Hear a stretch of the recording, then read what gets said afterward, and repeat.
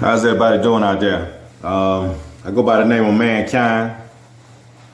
Oh man, this one's something. Ooh man. I don't know if I should call this Keith Sweat or Gerald Levert. I don't know. Y'all might have to give me a thing on this. Okay. My mom gave me a Bible, right? When I got out of prison. Baldwin CI in Macon, Georgia in 2001, went in 99. And my stepdad had caught fed time. Yeah, he's pushed a little weight, this and that. He did 7 years altogether. So I remember my mom was going to the Atlanta Federal Penitentiary. She used to go and see him every weekend. You know, during that 7-year stretch. But towards that end, I remember when my mama came to see me, right? I think I had already called home and talked to my aunt. And she says, guess who little brother going with now? And when she told me who it was, I knew the guy. And he was a friend of his. They used to play softball and stuff together. That's who she's married to now. She's been married to him since 2001. And so I didn't say nothing about it when Mama came to visit me or nothing like that. I was short because I think I may have got out like 4 or 5 months before my stepdad had got out of the Atlanta Federal Penitentiary. And so she had been on vacation, had been to the Bahamas and everything. She told me all of that. She didn't tell me with who. I didn't ask because I already had got a heads up from my aunt when I called home. So I said, Mama, what you gonna do? I mean, she said, I don't know. I don't know if I can deal with all the stuff I was dealing with before he went to jail with all the women and spending money and doing all this. You know, I'm going to mess around. I'm going to wind up in jail. You know what I mean? I'm knowing the reason behind all this. I'm just asking. I don't know. Okay. So he gets out. But she had already went and put a 1,000-yard restraining order on the house. Okay. First, she had a for sale sign on the house. Nice big old house he set up and built. That's what crushed him more than anything. Because he thought when she sold that house, he was going to get half of that profit. Okay. But this dude, who she married to now, he had a job, and then he had all kind of businesses on the side. He had grass cutting businesses, frame houses. He got crews that do roofing. He got serious money. But he got serious, legit money. You know what I mean? So once he came in, the dude went to remodeling the house, doing stuff that he had said, as I can remember, said that he was going to do and all of this. That's what crushed him more than anything. And then so the woman that he was seeing, come to find out, what she put the restraining order on him for and what she took out, she took the restraining order out on him and then filed the divorce and everything on it. How that had transpired to how he was almost 2 months short when she came down to visit me and I had my time left. So I couldn't understand how all of that had transpired. Okay, I knew about the guy who she married to now. But what my stepdad didn't know was, or he knew it, was when my brother came to see him on an Easter. That's what it was at the Atlanta Federal Penitentiary. And that woman was there that he had been, my mama had got into it with before he got locked up. And so the day he gets out, he don't even see my mama. she got a different car. She's riding down Highway 11.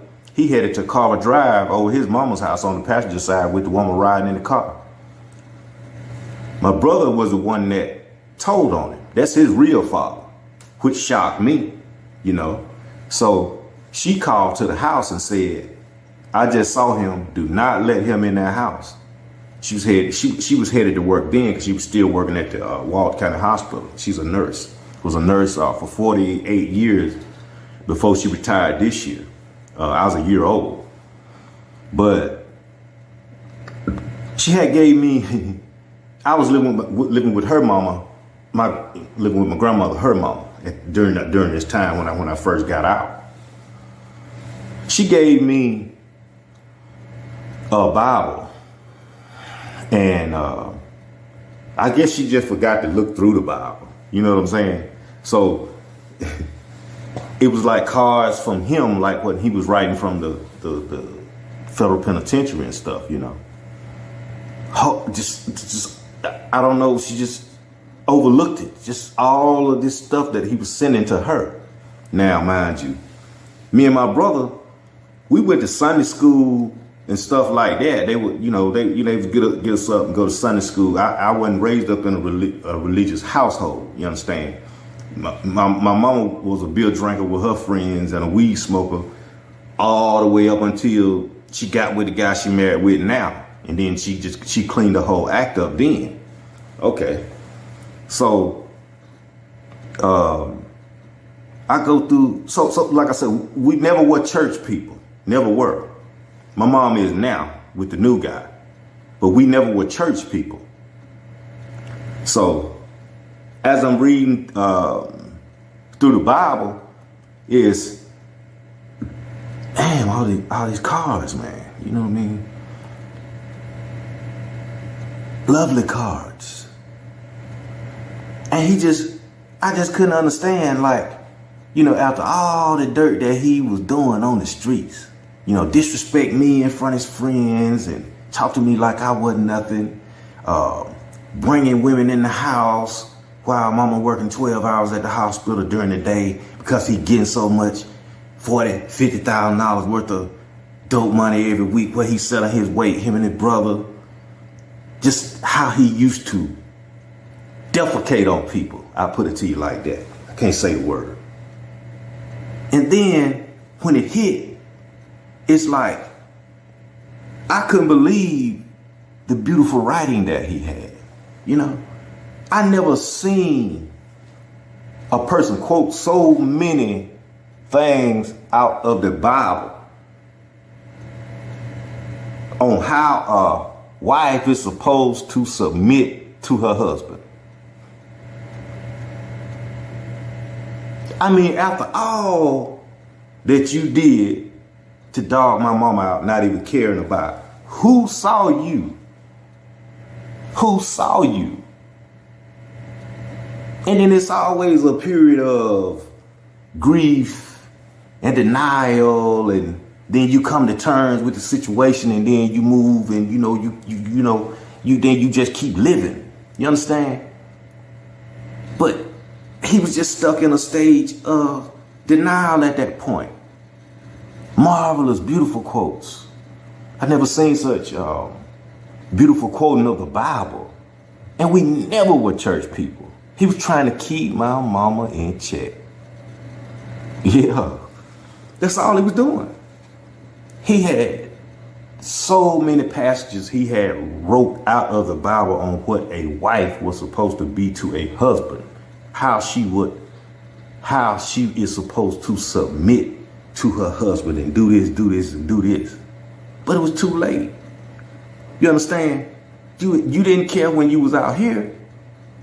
And then he, like I said, the denial. He wrote such beautiful poetry,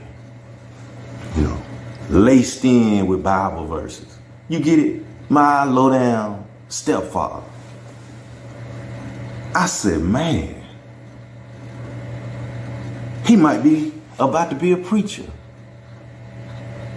It's like, whew, if Keith Sweat was a pastor, Whew. And I'm like, oh man. He wrote so many Bible verses, I thought he was the Dalai Lama. Seriously. Whew. He wrote such beautiful Bible verses on what my mama was supposed to be doing and submitting him while he was locked up.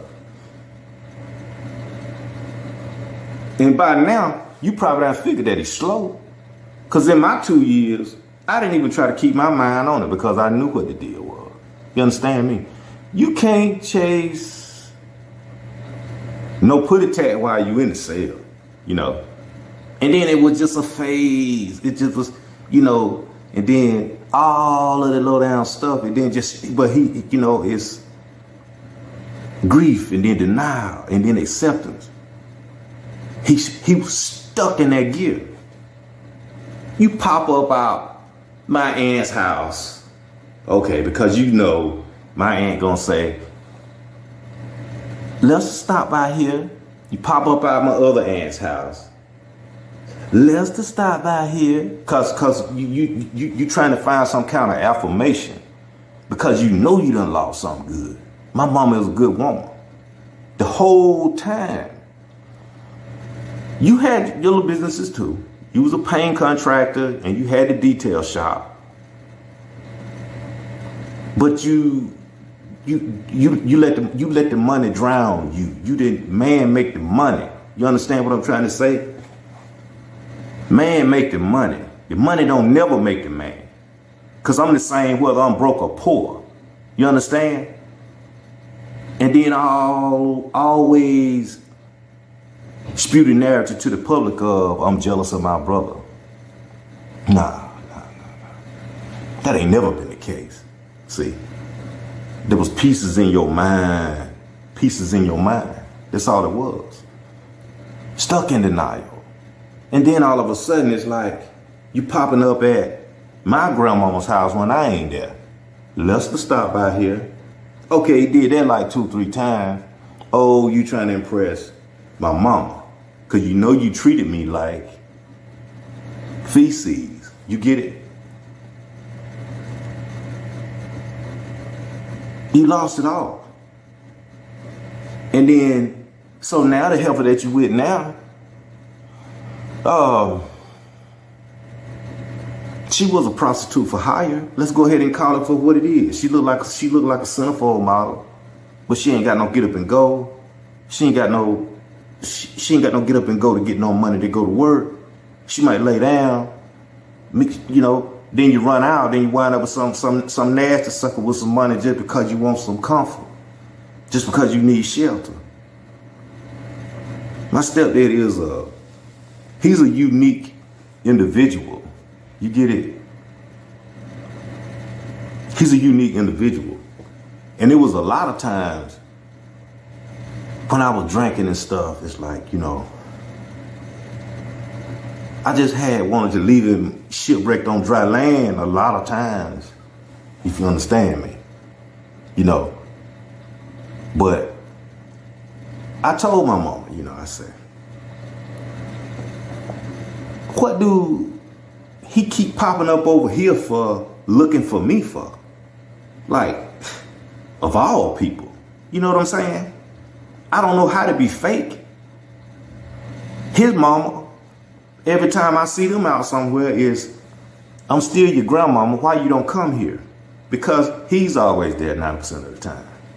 And I don't have time to sit up here and explain to what I did and what I had to say on Facebook and this, and this, you know, because that came to a point where I just put, oh man, 3-4 years ago on Facebook. Oh man, I just aired all the dirty laundry out. Then guess who the two people that lived through all of that crap with me, the two people that's gonna give me a phone call to try to put the brakes on me. First one was my brother. You think they laughing with you? You need to stop. They laughing at you. I didn't care either way at that time.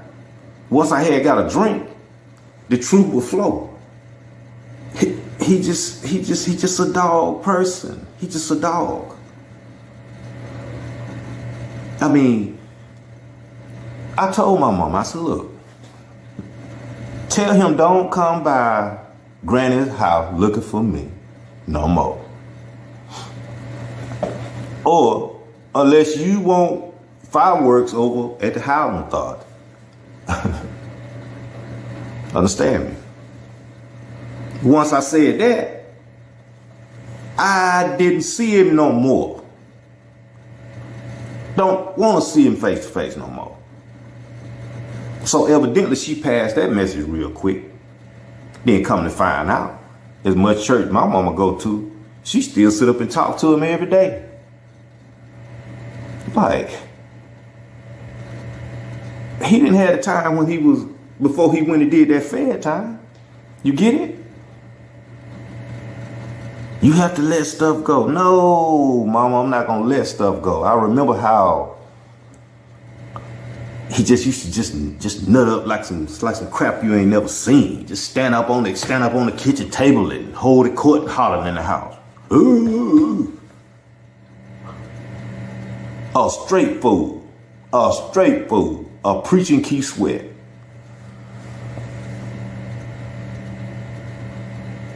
I never seen nothing like it. Low down, dirty dog. Low down, dirty dog. Don't come looking for me. Don't come looking for me. Well, Pedro, you need to let some of that go. Nah, mama. I remember how he set up when you was 8 months pregnant with my brother. You get ready to go out with your sisters now. You pregnant, what you gonna go out and do, mama? And he sat up there and tore up the outfit on what you had on and knocked you all down in the floor with a big 8-month-old belly, mama. I saw all that. I want to stay up late. You slide in my bedroom, punch me in the face, tell my mama that I'm crying because I want to stay up late. I picked in my nose to bust my own nose. And then she died. Because that's how she was. Like my real father used to tell me, she married to him, she gonna think like he think. All of the abuse. All of the abuse. And you try to come around me. You get it? And then, whew, it's like, are you serious? Whew, are you serious? Don't come over here no more. Don't come no more. And I ain't seen him no more.